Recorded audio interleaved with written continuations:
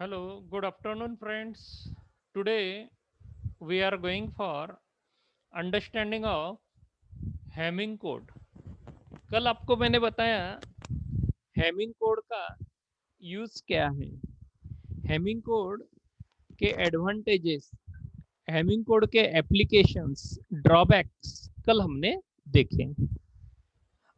Now आज का lecture हम देख रहे हैं कि अभी अगर आपको हैमिंग कोड अगर एरर डिटेक्शन और करेक्शन में यूज करना होगा तो क्या प्रोसेस रहेगा. ओके, तो अभी मैं यहाँ पर यह हैमिंग कोड दो पार्ट में डिवाइड कर देता हूँ. First, process of encoding. Okay, और दूसरा process of decoding a message using Hamming code. Okay, तो अभी पहला पॉइंट देखते हैं, process of encoding a message using Hamming code. Right, अभी चलिए एक एक पॉइंट मैं पहले समझा देता हूं, फिर बाद में हम प्रॉब्लम्स की टूवर्ड जाते हैं. See the process used by the sender to encode the message, it include three steps. Okay, whenever we have to send any message, first we need to encode it. क्योंकि original message तो नहीं भेजेंगे ना, याद रखिए original message कभी भी direct transfer नहीं होता है. ओके, सो हम हमेशा जो ओरिजिनल मैसेज है वह कोड करते हैं. ओके, कल मैंने कहा ना हम उसको एक कोडिंग कर लेंगे. ओके, और उस कोडेड कोडेड थिंग्स में उसे ट्रांसफर करेंगे. सो दैट्स व्हाई हम यहाँ पर उसे कहेंगे एनकोड करना मैसेज को. ठीक है, तो अभी यहाँ पर आपके सामने मैंने यहाँ थ्री स्टेप्स कही है. First, calculate the total number of redundant और पैरिटी बिट. अभी देखिए नाम मैंने यहाँ पर रिडंडेंट या पैरिटी दोनों एक ही है. हाँ, तो कंफ्यूज मत होना. ओके, तो हमें यहाँ कितने नंबर ऑफ पैरिटी बिट यहाँ रिक्वायर्ड रहेंगे when I have to send my data original message. Okay, तो ये पहला कैलकुलेशन रहेगा कि कितने मुझे पैरिटी बिट रिक्वायर्ड रहेंगे. कल हमने डिस्कस भी किया पैरिटी बिट. पैरिटी बिट में आपको बताया कि भाई only one bit get corrected at a time, multiple bits are not corrected with the help of parity techniques. So here Hamming code is preferred. So Hamming code में हमें कितने parity bit यहाँ पर यूज करने हैं, यहाँ उसका calculation रहेगा.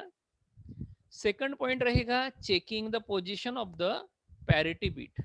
यानी जो पैरिटी बिट है वह पैरिटी बिट का पोजीशन आपको यहाँ कैसे प्लेस करना है वो पैरिटी बिट को, ये डिपेंडेंट रहेगा.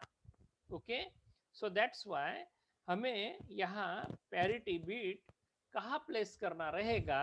ओके, तो ये हमें लर्न करना है कि भाई उसका पोजीशन क्या रहेगा. And lastly we will calculate the value of this parity bit और रिडंडेंट बिट्स. ओके, ये थ्री थिंग्स हम लर्न करने जा रहे हैं आज. सो देखिए एक एक पॉइंट मैं आपको बताते जाता हूं. Okay, concentrated when the above redundant bits are embedded within a message, it is sent to the user. Sentence देखिए, ध्यान रखिए. यानी अगर मैं पैरिटी बिट अगर एम्बेड कर लेता हूं ओरिजिनल मैसेज में. ओके, फॉर एग्जांपल मेरा ओरिजिनल मैसेज है 1010. ओके, और ये मैसेज मुझे ट्रांसफर करना है from one place to another place. Okay, तो मैं ये ओरिजिनल मैसेज उसे एनकोड कर लूंगा। एनकोड कैसे कर लूंगा? With the help of redundant bits या पैरिटी बिट्स के द्वारा। और फिर जब वो एम्बेड हो जाएंगे, एम्बेड बोले तो मिक्सिंग, कॉम्बाइनेशन। ओके, जब वो कंबाइन हो जाएंगे इसके साथ, तो ओरिजिनल मैसेज जो है वो हाइड हो जाएगा, इनकोड हो जाएगा।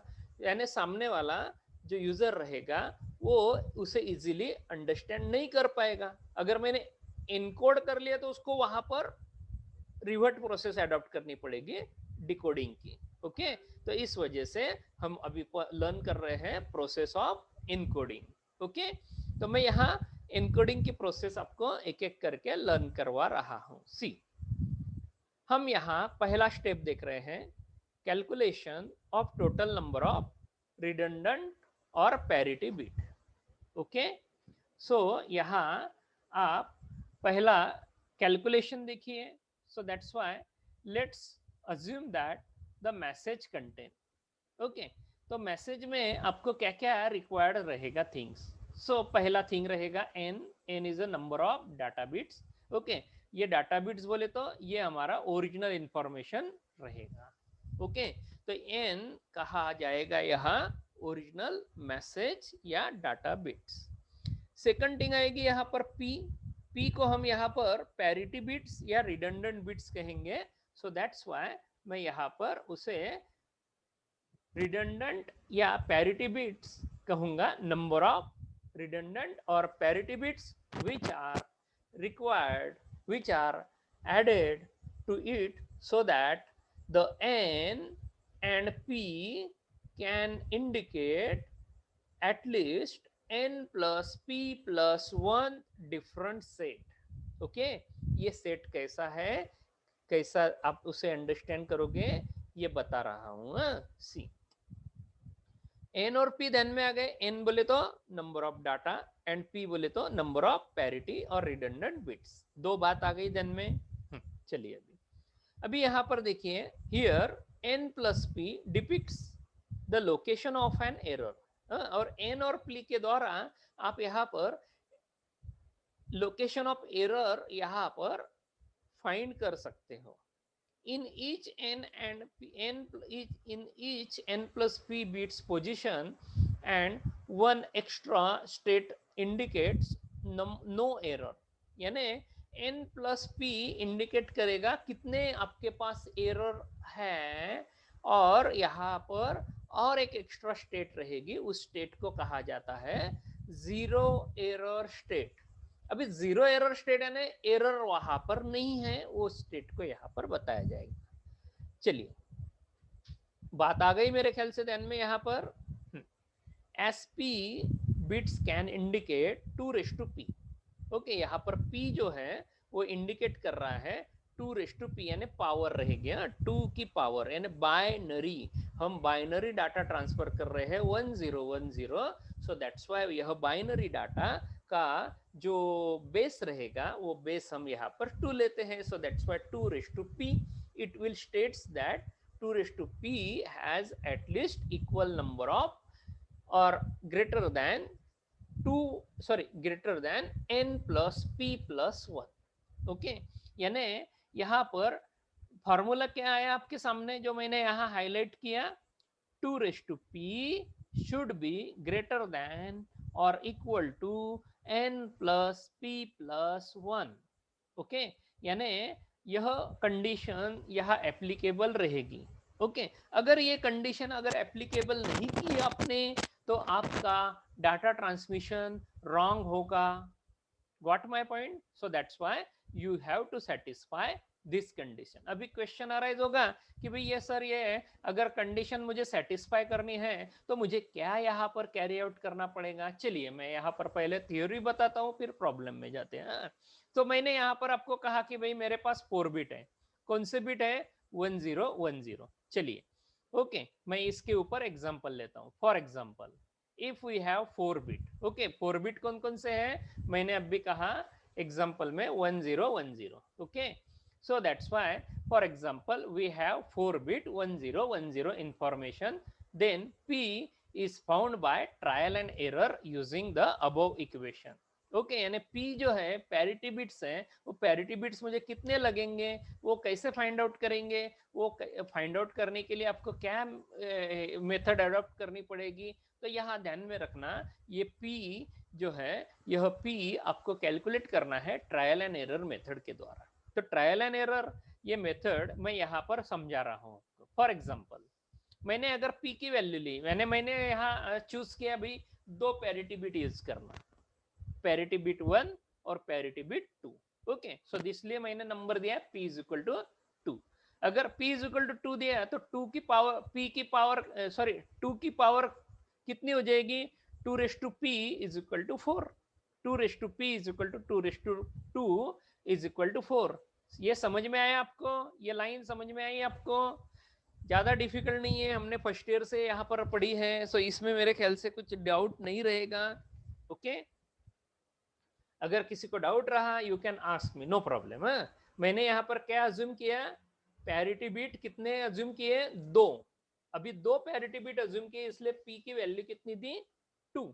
अगर 2 दिए तो यहाँ पर मैंने लिखा 2 raise to p is equal to 2 raise to 2 is equal to 4, यानी 2 रेस टू p की वैल्यू कितनी हो गई मेरी, 4। So that's why 4 should be greater than और इक्वल टू।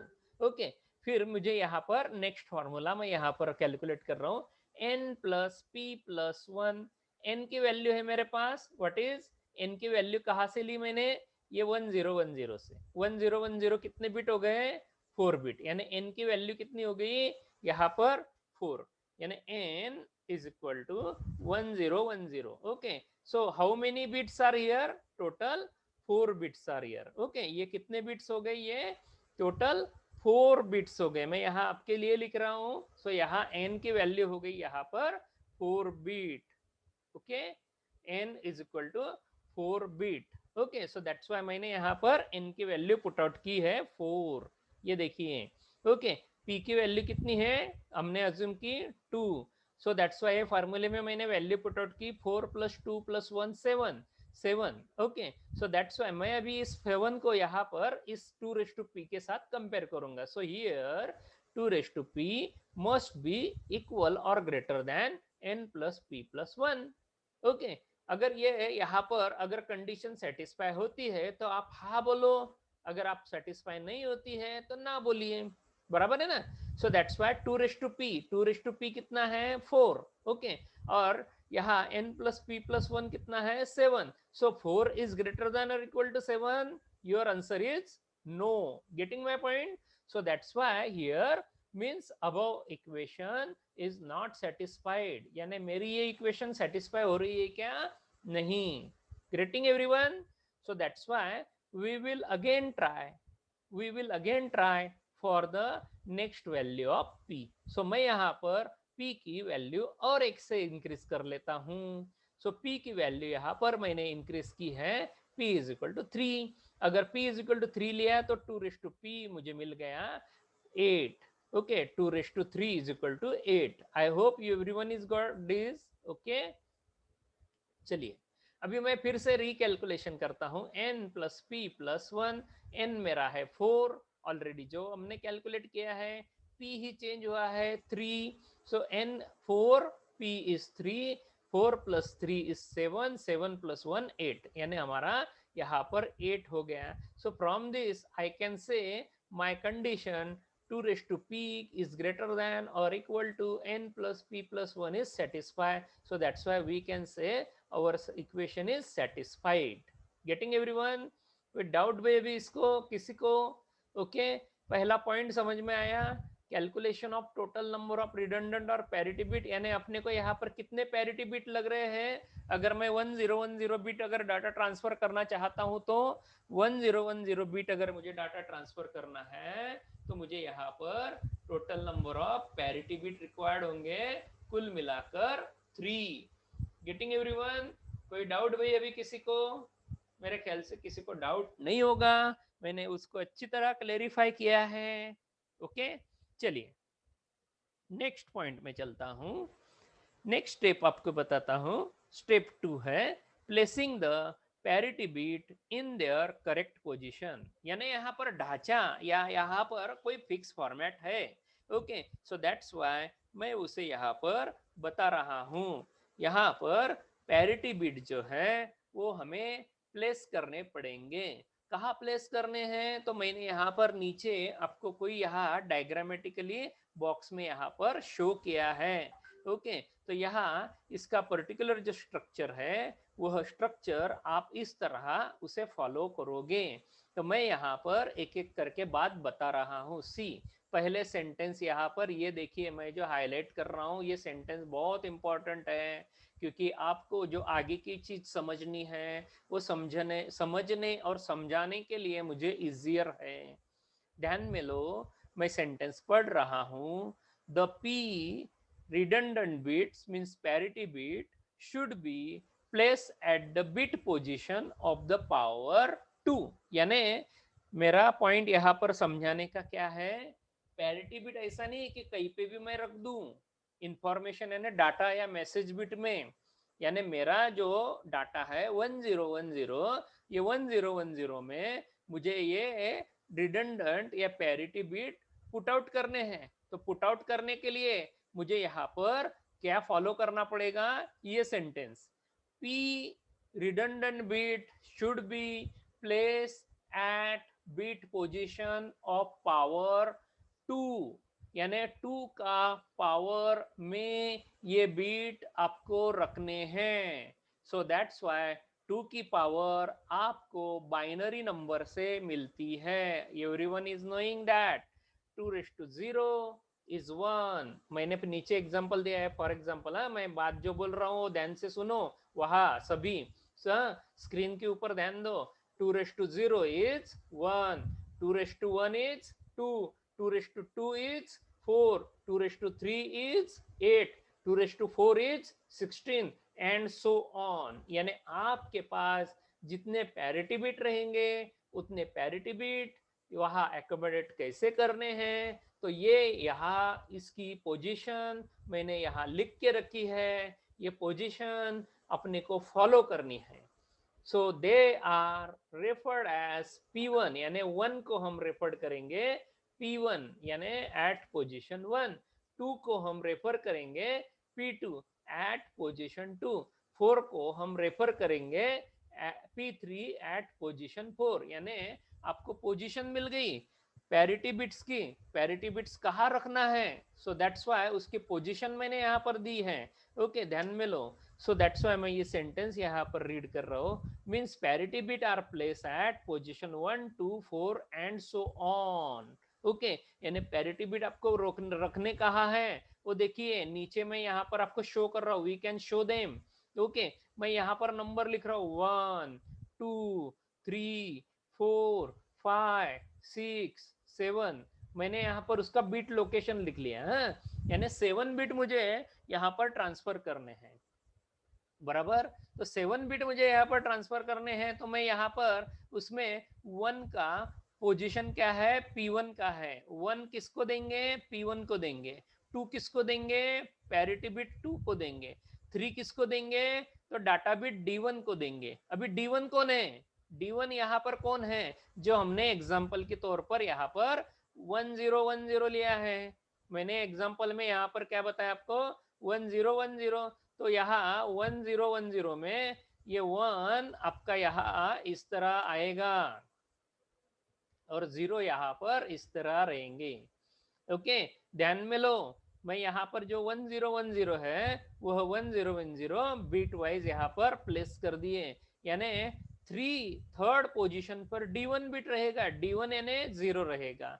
फोर्थ पोजीशन पर P3 रहेगा, वो P3 क्या रहेगा, अभी आपको ये पता नहीं है P1 P2 P3 की वैल्यू क्या है, वो बताने वाला हूँ कैसे निकालना है। आपको डायरेक्ट मिलेंगी नहीं, that we are going to calculate. Okay, in third point, so that's why keep it in mind। now we are placing only data bits। क्या प्लेस कर रहे हैं हम अभी यहाँ पर, डाटा बिट्स। ध्यान में लो, कंफ्यूज मत होना, कंफ्यूज हो गए तो समझेगा नहीं है। ओके, मैंने क्या रखा, 1010 1010 कौन है, डाटा है, जो ओरिजिनल मैसेज है, ये आपका ओरिजिनल मैसेज है। अभी पैरिटी बिट्स अभी मिलाने हैं हमें, ओके। सो दैट्स वाई ये पैरिटी बिट्स हमको मिलेंगे, ओके। तो ये कैलकुलेट करेंगे हम, okay. So that's why fourth position आती है P3 की, फिफ्थ पोजीशन आती है D2 बिट की, D2 बिट क्या है 1, सिक्स पोजीशन आएगी D3 बिट की, उसको क्या वैल्यू है 0, सेवन पोजीशन आएगी D4 बिट की, उसकी वैल्यू क्या है 1, ओके। अभी यहाँ पर देखिए मैंने यहाँ पर ऑर्डर कैसे ली है, one left one right hand side में लिया है, सेवन लेफ्ट हैंड साइड में लिया है, ओके। अगर किसी को ऐसा लगा कि सर मुझे यहाँ पर one right left hand side में लेना है, देखो नीचे इमीडिएट मैंने दिखाया है, वन लेफ्ट हैंड साइड में लिया है, सेवन राइट हैंड साइड में लिया है, इससे कोई फर्क पड़ेगा क्या? देखो इससे कुछ फर्क पड़ने वाला नहीं है, यहाँ पर सिर्फ एलएसबी और एमएसबी समझने के लिए यहाँ पर आपको फर्क समझाना पड़ेगा सिर्फ मुझे, बाकी सब कैलकुलेशन सेम रहेगा। मैं अभी यहाँ पर इस पोजीशन को ले रहा हूं आपको समझाने के लिए, यानी आपको लेफ्ट हैंड साइड में वन रहेगा, राइट हैंड साइड में सेवन रहेगा, ओके। कोई डाउट भाई किसी को? Getting everyone? हाँ, अगर आप कोई अदर किताब रेफर कर रहे होंगे, देखिए मैं आपको पहले ही बता देता हूं, अगर आप कोई अलग अलग किताबें डिजिटल इलेक्ट्रॉनिक्स के लिए रेफर कर रहे होंगे तो शायद ही उनमें आपको इस तरह के पोजीशन देखने को मिलेगा, इसलिए मैं पहले ही आपको बता देता हूं, कंफ्यूज मत होना। वहां पर सिर्फ चेंज क्या आएगा, एलएसबी या एमएसबी लेने के लिए आपने दोनों पोजीशन में कोई भी पोजीशन चूज की तो चलेगा। कोई doubt? Getting everyone?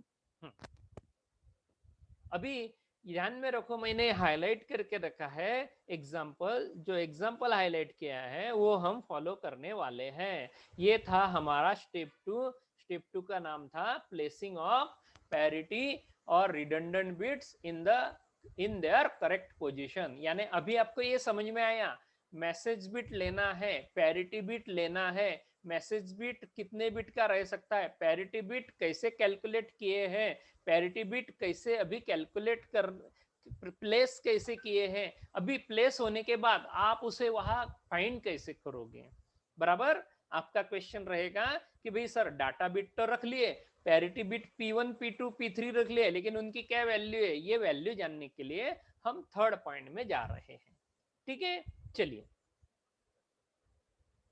Third point है calculate the value of redundant और पैरिटी बिट्स। आ गई बात ध्यान में? मैं बराबर बता रहा हूं, okay. So that's why step 3 है यहां पर।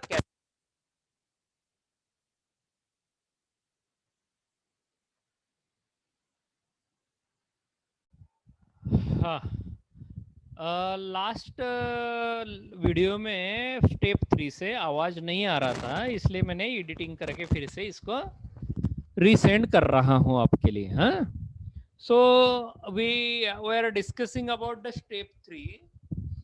Step 3 is a calculation of the values of the redundant और parity bit. यहाँ इस पॉइंट में आपको करना क्या है, रिडंडेंट बिट्स और पैरिटी बिट्स जो है उनका यहाँ पर कैलकुलेशन करना है। यानी आपको मैंने कहा कि भाई यहाँ आपको इस तरह का फॉर्मेट रहेगा, D4, D3, D2, P3, D1, P2 और P1।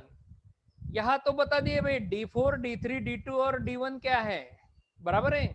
लेकिन अभी आपको ये क्वेश्चन है कि भाई यहाँ पर P3 की वैल्यू क्या है, P2 की वैल्यू क्या है, P1 की वैल्यू क्या है, बराबर है। सो दैट्स व्हाई यहाँ आपको अभी बताने जा रहा हूं कि इनकी वैल्यू कैसे फाइंड आउट करेंगे। तो पैरिटीज P1, P2, P3 ये वैल्यूज लेने के लिए हम जा रहे हैं थर्ड स्टेप लर्न करने के लिए। सो that's why here the name of this step is calculation of the values of the parity bits. So ध्यान देकर सुनिए इस पॉइंट को, क्योंकि ये पॉइंट बहुत इंपॉर्टेंट है। पहला पॉइंट ले रहा हूं, द रिडंडेंट बिट्स और the parity bits should be parity bits, okay. The redundant bits should be parity bits. it makes the number of ones either even or odd. क्या? ये sentence याद रखो, यहाँ पर आपका जो रिडंडेंट बिट्स है वो पैरिटी बिट्स है, तो पैरिटी बिट्स किसके ऊपर डिपेंडेंट है? Total number of ones in your data. Okay, वो इवन हो सकता है या ऑड हो सकता है। तो यहाँ अगर इवन रहेगा तो टोटल नंबर ऑफ वंस अगर इवन रहेंगे तो पैरिटी बिट की वैल्यू रहेगी 0। ओके, अगर वो ऑड रहेगा तो पैरिटी बिट की वैल्यू रहेगी 1। Okay, so I am writing here total number of ones is even, then P is 0. Getting this point? Okay, अगर ये सेंटेंस में मैं बोल दूं कि भाई टोटल नंबर ऑफ वंस अगर मेरे पास ऑड है, ऑड हो गए, तो यहाँ पर पैरिटी बिट की वैल्यू क्या रहेगी? 1। ओके, तो अभी यहाँ ये ध्यान में रखो ये सेंटेंस। अभी चलते हैं आगे, पहले समझ लेते हैं एक एक एक एक, फिर मैं आपको यहाँ कैसे फाइंड करना इसकी प्रोसेस देता हूँ। The two types of parity are, there are two types of parity. First is even parity and odd parity. So even और odd कब कहेंगे? The total number of bits in the message is made even. अभी कहा जितने total number of ones अगर even है तो हम उसे कहेंगे even parity। अगर total number of ones bit अगर यहाँ पर odd अगर रहेंगे तो हम उसे कहेंगे ऑड पैरिटी। Getting everyone? हाँ, अभी ध्यान में लेना, ये जो सेंटेंस मैं आपको बताने जा रहा हूं, ये सेंटेंस के ऊपर आपको पैरिटीज की वैल्यू यहाँ पर फाइंड करनी है। चलो अभी एक एक करके चलता हूं, पहले रीड कर लेता हूं ये पहला para. See here all the redundant bits, here all the redundant bits P1 is must calculated as parity. It should cover all the bit position. Okay, it should cover all the position whose binary representation should include 1 in the first position excluding the position of P1। यानी यहाँ P1 की जो position है, यहाँ P1 में जो binary bits है वह बाइनरी बिट्स में 1 की जो पोजीशन है वो फर्स्ट पोजीशन है, तो वो फर्स्ट पोजीशन वाले सभी नंबर आपको यहाँ पर फाइंड करने हैं। तो सी सेंटेंस बता रहा हूं फिर से, P1 is the parity bit for every data bit in position whose binary representation include 1 in the less important position not including 1। यानी जहां 1 पहले कॉलम में प्रेजेंट है वो इंपॉर्टेंट है, बाकी के इंपॉर्टेंट नहीं है। यहाँ पर नंबर दिया 3 5 7 9 ऑनवर्ड्स, ये कहां से आए? क्वेश्चन अराइज हो गया कहां से आए? तो सी P1, यहाँ पर मैंने आपके लिए एक टेबल प्रिपेयर किया है, ये टेबल के साथ यहाँ पर ये पॉइंट्स बताने जा रहा हूँ। इसको थोड़ा नीचे ले लेता हूँ, यानी आपको यहाँ समझ में आ जाएगा। ओके, यहाँ एक पेज में पूरा आ जाएगा मेरे साथ। सी यहाँ आपको फुल स्क्रीन दिख रही है?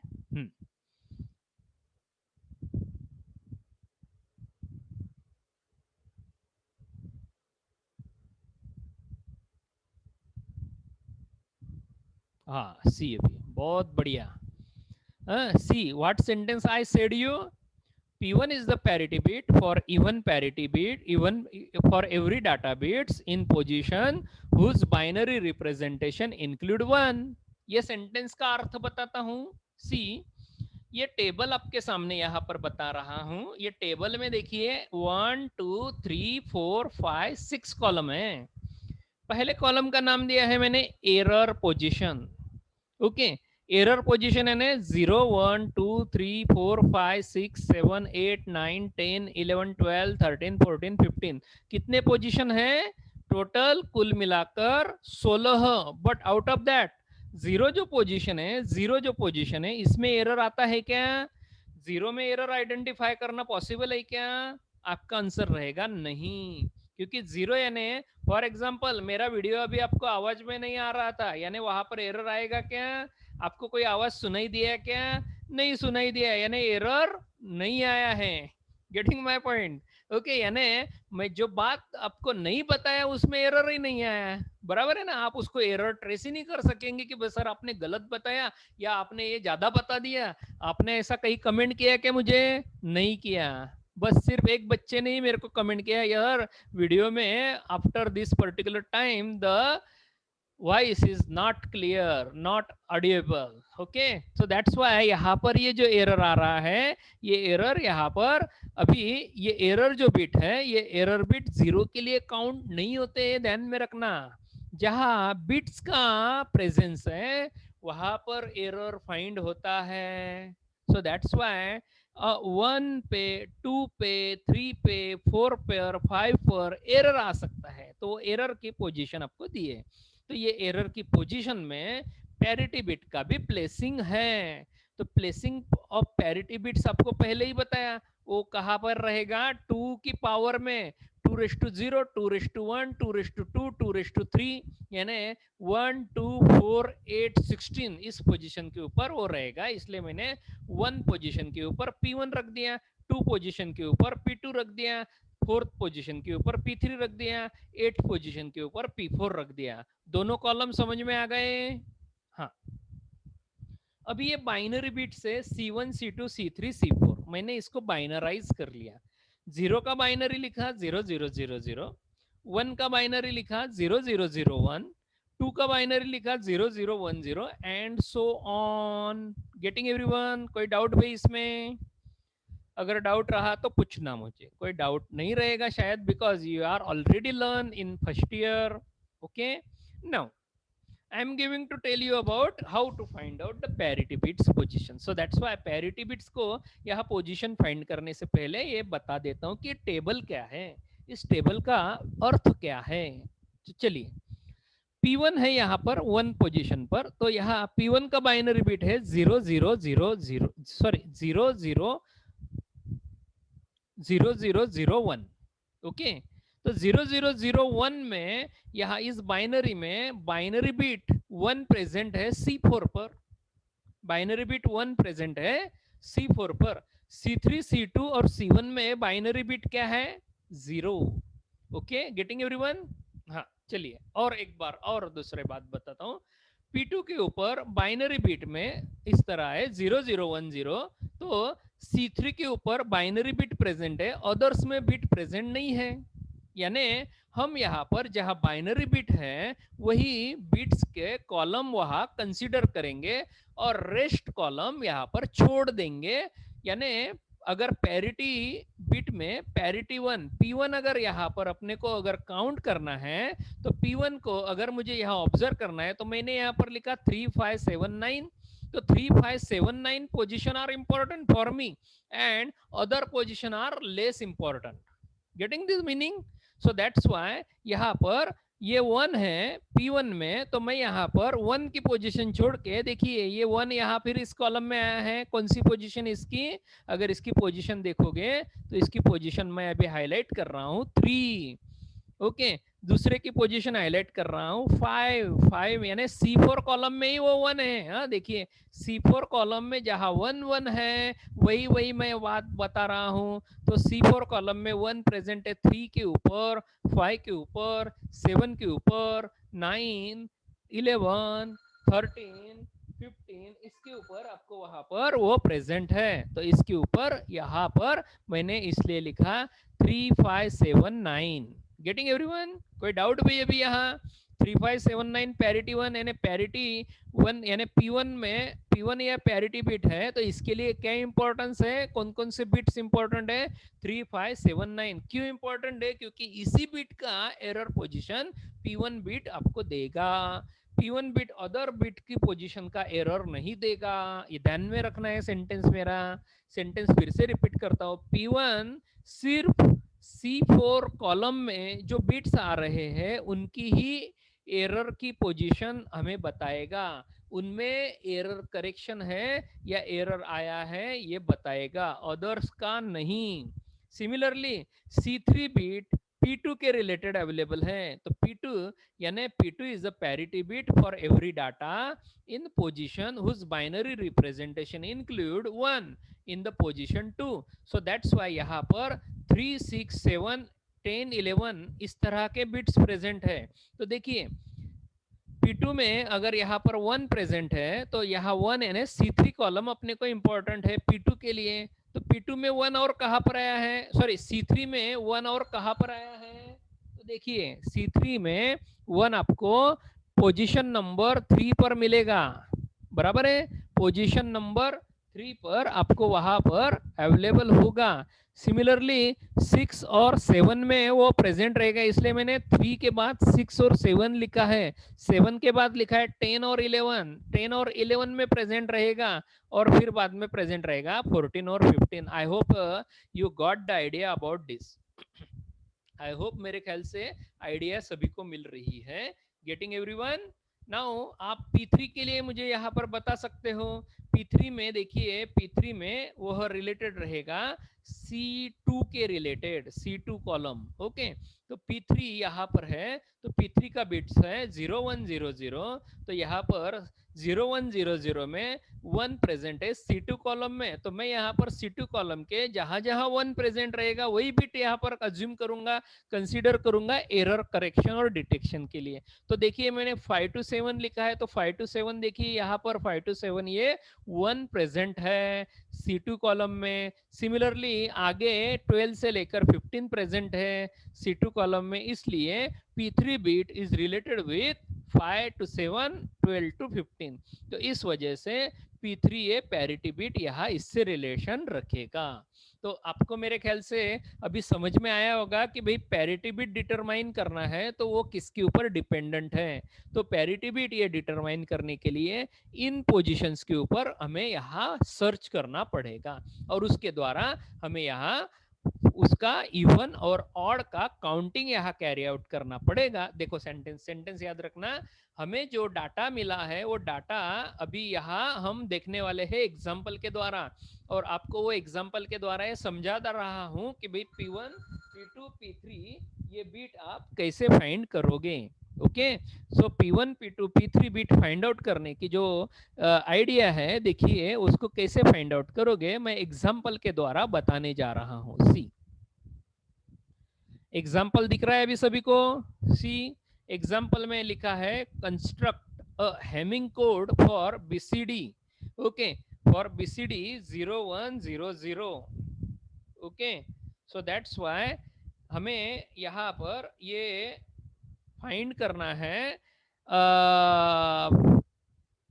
यहाँ पर फाइंड करना है मुझे हेमिंग कोड, किसके लिए? बीसीडी कोड जो 0110 है, इसके लिए फाइंड करना है।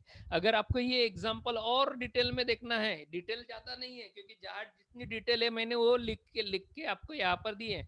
जितना मैंने इसके पहले जो एक्सप्लेन किया है वो कोई किताब में अवेलेबल नहीं रहेगा। ओके, आरपी जैन से आप ये एग्जांपल रेफर कर सकते हो, लेकिन इसका एक्सप्लेनेशन वहां पर फुल डिटेल में नहीं दिया है, बस खाली एग्जांपल आपको समझा रहा हूं। ओके, तो मैं यहाँ पर ये यहाँ यूज कर रहा हूं even parity. Okay, so that's why use even parity. Solution बता रहा हूं। For 4 bit code 3 parity bits P1, P2 and P3 are appended in location 1 to 4 respectively as shown below. Okay, मेरे पास यहाँ पर 4 बिट बीसीडी कोड है 0110, तो ये 0110 में यहाँ पर पहले पुट आउट कर देता हूँ पोजीशंस के ऊपर। देखो हाँ, मैं मेरा माउस का कर्सर मूव कर रहा हूँ पोजीशंस के ऊपर। पोजीशंस आपको दिखाई दे रही होंगी 1, 2, 3, 4, 5, 6 और 7। हर पोजीशन के नीचे लिखा है 1 के लिए नीचे लिखा है P1, 2 के लिए नीचे लिखा है P2, 3 के लिए लिखा है N1, 4 के लिए लिखा है P3, 5 के लिए लिखा है N2, 6 के लिए लिखा है N3, 7 के लिए लिखा है N4। Getting everyone? कोई डाउट भाई? अभी मैं ओरिजिनल बीसीडी कोड यहाँ पर लिख रहा हूँ, ओरिजिनल बीसीडी कोड। अभी ओरिजिनल बीसीडी कोड कहाँ लिखना है? ओरिजिनल बीसीडी कोड किसके लिए रिप्रेजेंट किया है हमने? एन के लिए। तो n1 n2 n3 n4 हम वहां पर पुट आउट करेंगे। n1 की वैल्यू आएगी 0, n2 की वैल्यू आएगी 1, n3 की वैल्यू आएगी 1, n4 की वैल्यू आएगी 0। तो इस तरह आप यहाँ पर वो वैल्यू लोगे। Getting everyone? अभी यहाँ ये एक एक वैल्यू यहाँ पर मैंने वैल्यू पुट आउट कर दी। अभी आपको पैरिटी फाइंड करनी है P1 के लिए। तो P1 के लिए पैरिटी कैसे फाइंड आउट करेंगे? तो उसके लिए मैंने यहाँ पर देखिए even parity in position. Okay, even parity in position आपको बताया है 1 3 5 7 रिक्वायर्ड फॉर P1। तो अभी यहाँ पर आपके सामने लिखो 1, आपके पास अगर रफ नोटबुक होगा तो वहां पर लिखिए 1 3 5 और 7 लिखा आपने? हाँ, 1 3 5 7 में यहाँ पर आपको P1 ढूंढना है। तो 1 के नीचे लिखिए P1, यानी P1 की वैल्यू आपको फाइंड करना है। 1 के नीचे लिखिए P1, 3 के नीचे लिखिए 0, ओके, 5 के नीचे लिखिए 1 और 7 के नीचे लिखिए 0। आपको किसमें इवन और ऑड पैरिटी फाइंड करनी है? ओनली 3 5 और 7 में। 3 है 0, 5 है, 5 की पोजीशन है 1 और 7 की पोजीशन है 0। अभी ये तीनों बिट्स में वैल्यू मुझे बताओ 0 1 0 है। तो how many number of ones are here? 0 1 0 में total number of ones are 1। ये 1 जो है ये इवन में आता है कि ऑड में आता है? ये आता है ऑड में। अगर ये ऑड में आता है तो ऑड के लिए क्या रिप्रेजेंट करने के लिए मैंने कहा 1, इसलिए मैंने P1 के आगे क्या लिखा है 1। Getting everyone? सॉल्यूशन मिला सभी को?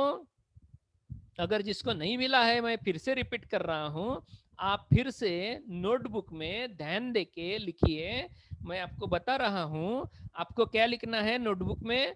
1 3 5 7 एक रो में लिखिए 1 3 5 7। 1 के नीचे लिखिए P1, लिख लिया आपने?